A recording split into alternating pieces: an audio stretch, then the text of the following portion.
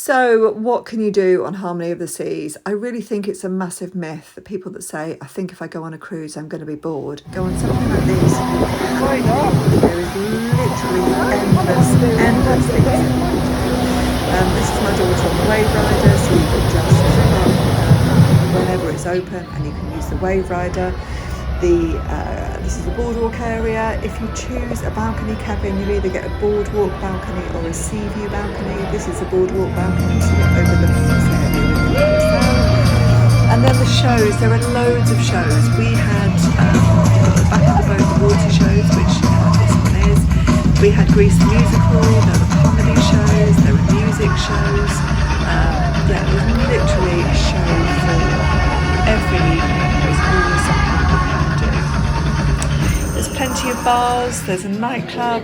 This is the robotic bar, so you can have a robot make a cocktail for you should you wish.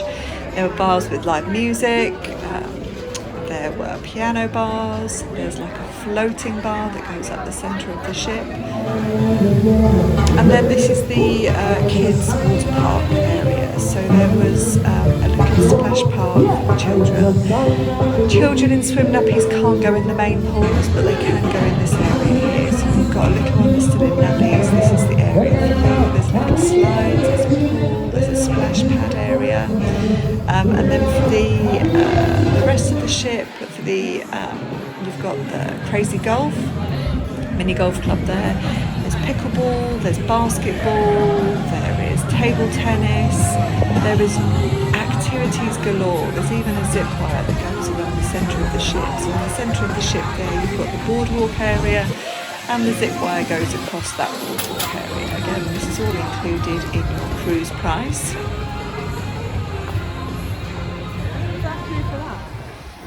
Then up on the sun deck, obviously loads of seating up here. This is gives you a really nice view of all of the pools, really nice place to sit, obviously very little shade.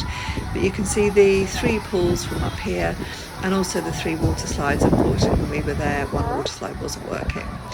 And then in terms of what you can do when you get off the ship, so you'll generally get 1 or 2 sea days, depending on the length of the cruise. We chose in this instance to do an excursion with a local guy rather than the ship excursion. Obviously there's a risk to taking a non-ship excursion because you are running the risk of, if you are late back to the boat, they are not going to wait for you. We took the risk and it was absolutely fine for us.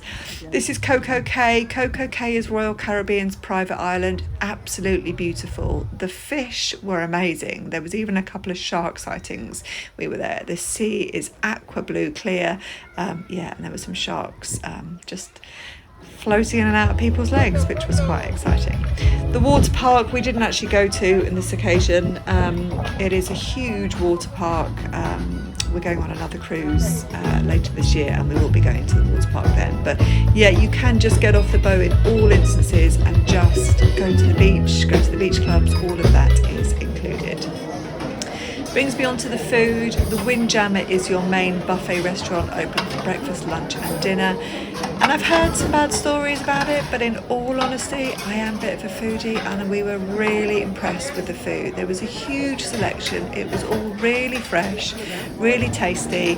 We would eat here for breakfast. For lunch, we would sometimes go to the pizza place and grab a pizza. There was some we could get nachos, or we could come here for lunch. You had endless juices and squashes and teas and coffees that were included during the day. If you wanted to have alcoholic drinks, you either paid for them or they were part of a drinks package you would have to take. The food in the main restaurant in the evenings, it was sit down a la carte.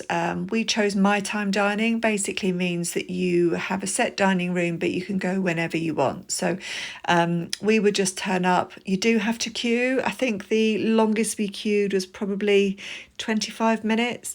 But for us, we didn't like being tied to a specific meal time, so it really worked for us to do the my time dining because then we could just rock up when we were ready and eat, and that meant that we could eat earlier if we were going to go and watch a show, or if we'd had a really busy day we could eat later.